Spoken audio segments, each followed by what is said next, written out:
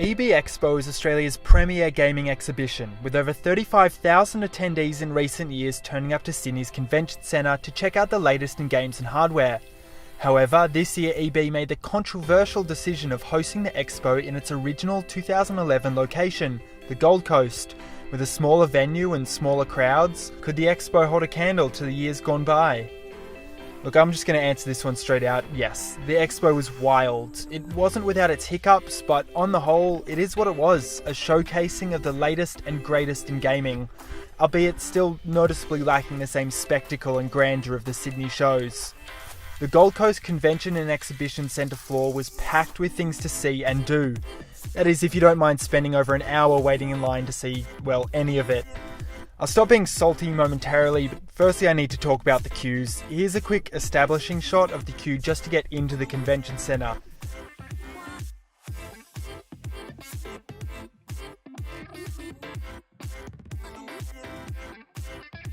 And once you get in, it's fine, right? No. Every single major game had a huge queue. I spent an hour and a half in line to get in my 15-minute Call of Duty World War II demo. Even the store had a queue to get in. You'd think with as much smaller attendance in previous years this wouldn't have been an issue, but I guess not. Alright, salt over, let's talk about the games. There weren't many major new IPs to really get your hands on. Looking at the big ones on show, there's Far Cry 5, Forza 7, Call of Duty, 15. You get the idea. Most of the big names were just iterations on their series. This isn't a major complaint, I still had a great time playing them and there were some phenomenal technical shows. It's just a reflection on the state of the industry, I guess. There was a good variety, however, with developers and publishers bringing a wide range of games for all age groups. However, the frontrunners were clear. Microsoft was there to push Forza 7 as hard as possible. There were a number of racing games present, with Project Cars 2 and Gran Turismo Sport and VR making appearances, but Forza simply dominated, with Microsoft even bringing an actual Porsche track car and dumping it in the entrance to the hall. Nintendo, as expected, had the Switch front and centre, with Super Mario Odyssey, Pokken Tournament and Mario Kart being the main shows.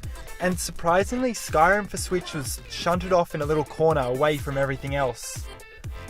Scattered around were various competitions to win gear or games, with the biggest being an incredibly well-marketed Far Cry 5 fishing competition, a Forza 7 race to win an ultimate racing setup, and an Overwatch truck which offered the best player a trip to BlizzCon in November. In terms of the smaller booths, there were some really interesting ones, like the Age of Empires Definitive Edition section of the Xbox area, which was just 4 laptops on a low table with some stools around it. I'm not sure why, but I found it hilarious. There was also a very lonely cricket booth, which was sad and very empty compared to the rest of the show. I almost wanted to go play enthusiastically just to make the guys running the booth feel a bit better. I'm sure it's a great game, but that's not really my thing, nor the interest of many attending the convention, it seems. But hey, maybe it'll find an audience within the general public.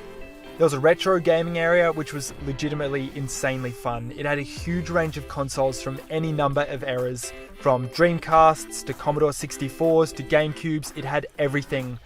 There was also a large arcade area with pinball, Time Crisis, a weird horse riding thing which was interesting, and pool and ice hockey for those who want to get physical.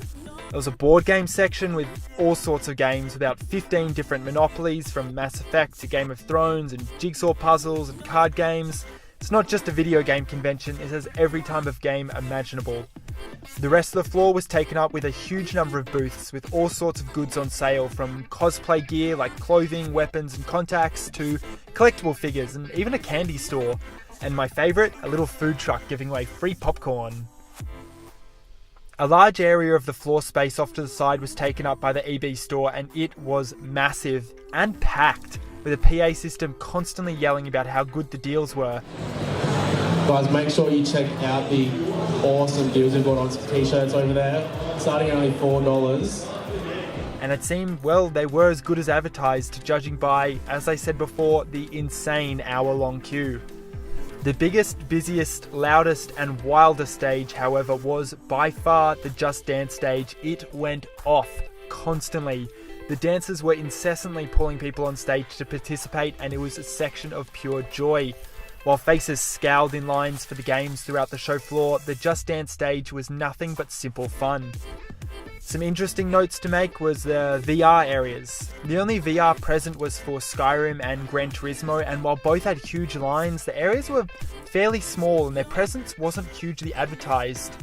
After getting a taste of Gran Turismo, however, it's not really hard to see why. The tech is still in its very early days, and while it was incredibly immersive and a whole lot of fun, the graphical ability of the PS4 is just not up to scratch, and the experience suffered majorly. I can see this being huge once the power of the console's catching up. I just hope it doesn't die out before then. There was also the Obligatory Cosplay, and while the level of cosplay was incredible and there were some really talented artists around, there was actually a surprising lack of it as a whole. Comic-Con was on just a week before and that had cosplay in spades, so it was a bit surprising to see such a lack of it at the EB Expo. But regardless, it was still at a very high level of quality and was great to see.